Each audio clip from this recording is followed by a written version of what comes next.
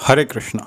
श्रीमद् भगवद गीता के अध्याय 12 के तीसरे तथा चौथे श्लोक में अब आगे भगवान श्री कृष्ण अर्जुन से कहते हैं कि ये त्वक्षरम अनिर्देशम अव्यक्तम परिपासते सर्वत्र गम चिंत्यम च कूटस्थम चलम ध्रुवम सन्नियम ये इंद्रिय ग्रामम सर्वत्र संबुद्धयः ते प्राप्नुवन्ति मामेव सर्वभूत हिते रतः।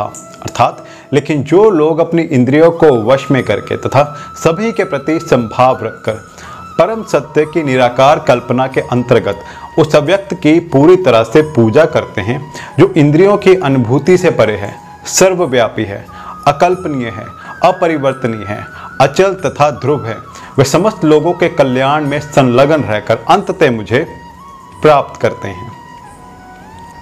जो लोग भगवान श्री कृष्ण की प्रत्यक्ष पूजा ना करके अप्रत्यक्ष विधि से उसी उद्देश्य को प्राप्त करने का प्रयत्न करते हैं, वे भी अंततः भगवान श्री कृष्ण को प्राप्त होते हैं। जब मनुष्य को अनेक जन्मों के बाद पूर्ण ज्ञान होता है तो वो भगवान श्री कृष्ण की शरण ग्रहण करता है।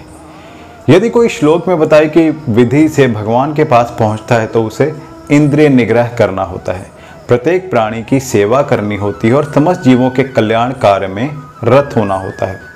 इसका अर्थ ये हुआ कि मनुष्य को भगवान श्री कृष्ण के पास पहुंचना ही होता है, अन्यथा पूर्ण साक्षात्कार नहीं हो पाता। और अगले श्लोक में जानेंगे कि भगवान श्री कृष्ण ने अर्जुन से आगे क्या कहा। तब तक मेरे साथ प्रेम से कहिए हरे कृष्ण राधे राधे।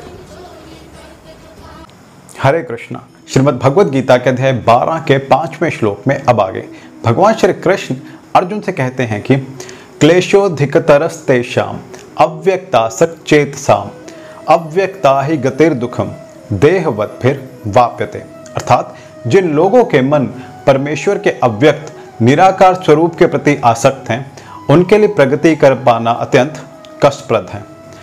देहधारियों के लिए क्षेत्र में प्रगति कर पाना सदैव दुष्कर होता है। अध्यात्मवादियों का समूह जो परमेश्वर के अचिंत अव्यक्त निराकार स्वरूप के पद का अनुसरण करता है, ज्ञान योगी कहलाता है। किंतु जो व्यक्ति भगवान की भक्ति में रत रहकर पूर्ण कृष्ण भावनामृत में रहते हैं, भक्ति योगी कहलाते हैं। यहाँ पर ज्ञान योग तथा भक्ति योग में निश्चित अंतर बताया गया है। ज्ञान योग का पथ यद्यपि मनुष्य को उसी लक्ष्य तक पहुंचाता है, किंतु है अत्यंत कष्टकारक, जबकि भक्ति योग भगवान की प्रत्यक्ष सेवा होने के कारण अत्यंत सुगम है और देहधारी के लिए स्वाभाविक भी है। अतएव यहाँ पर उपदेश दिया गया है कि आत्म साक्षात्कार के कष्टप्रद मार्ग को ग्रहण नहीं करना चाहिए, क्योंकि अंतिम फल अनिश्चित रहता है। और अगले श्लोक में जानेंगे कि भगवान श्री कृष्ण ने अर्जुन से आगे क्या कहा। तब तक मेरे साथ प्रेम से कहिए हरे कृष्ण राधे राधे।